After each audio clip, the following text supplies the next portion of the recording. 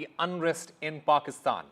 Pakistan's capital, Islamabad, it is under lockdown as the country faces political turmoil as the thousands of jailed former Prime Minister Imran Khan's supporters demanding his release from prison reached the heart of Pakistan's capital after battling police in clashes that killed 6 security personnel and also injured dozens. Now, reports indicate that Shehbaz Sharif's government have asked the Pakistan Army to intervene, who issued shoot-at-sight orders under Section 245.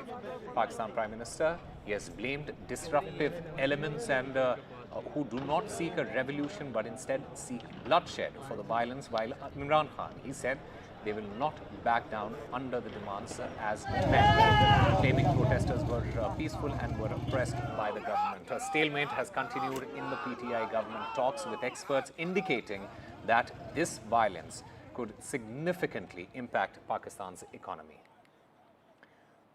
And to talk about what the situation is in Pakistan at the moment, I'm currently joined by Harun Rashid, senior journalist. He's also a political analyst and columnist for the GeoTV as well as the Jung Group.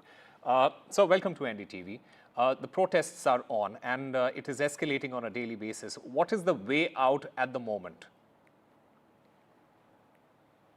I think there is a deadlock at the moment that we see. While the PTI, hundreds and thousands of their workers prepare to spend their first night in D Chowk, the main center of the city, in chilling weather, the government, especially the Interior Minister, Mohsin Naqvi, a couple of minutes ago, clearly said that there will be no negotiations with PTI.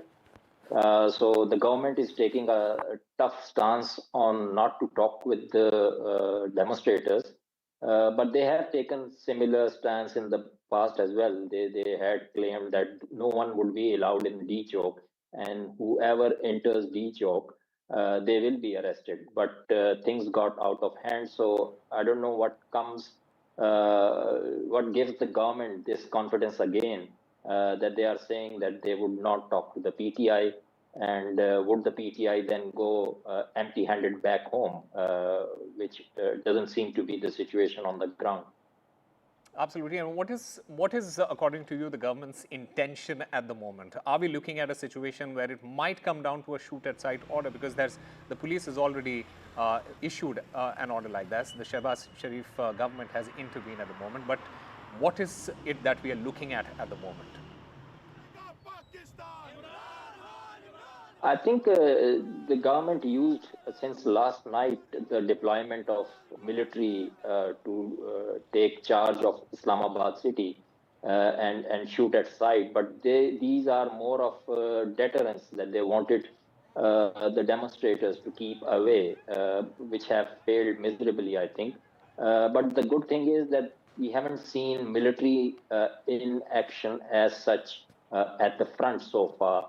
It's been the police and the paramilitary rangers that have taken on the demonstrators as they enter the D Chowk. So I think the government doesn't want a clash between the army and the demonstrators at the moment.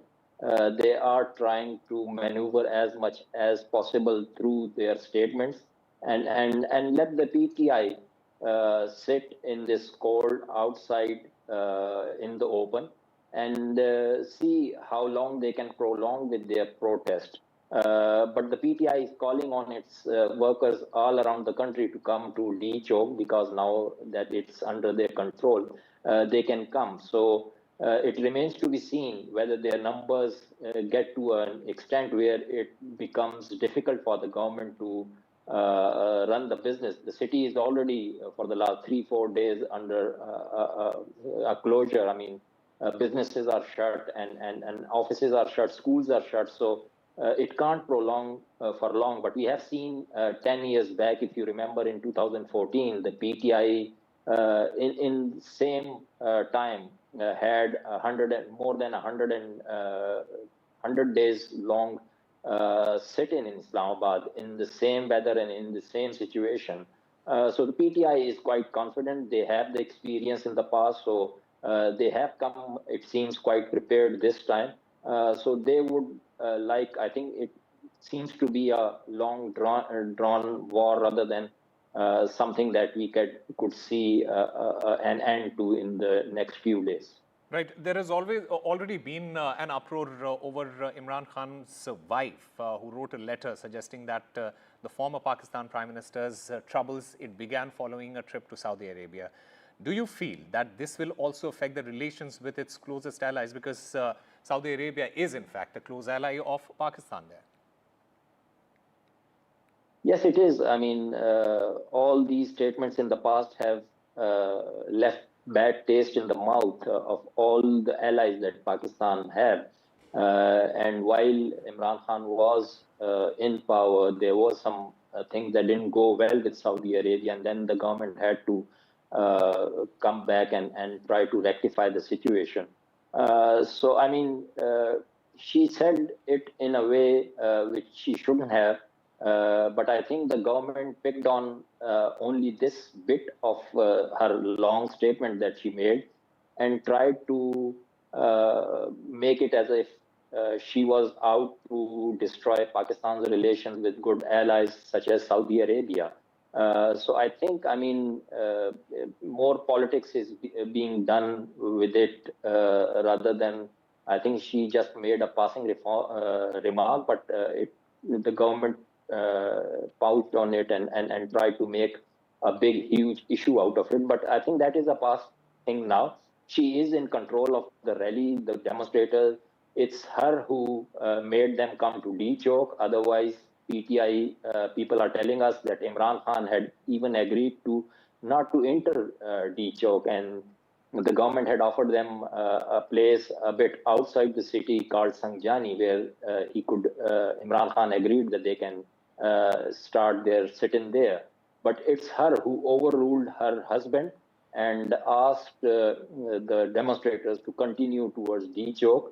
And I think she knows that if they sat outside the city, it would not have that much of a pressure on the government, rather sitting inside in the heart of the city. And she realizes that it would be a mistake because outside the city, if they stay there for months, nobody would take note of them. But once they are inside the city, they will be the government will be more inclined to talk to them.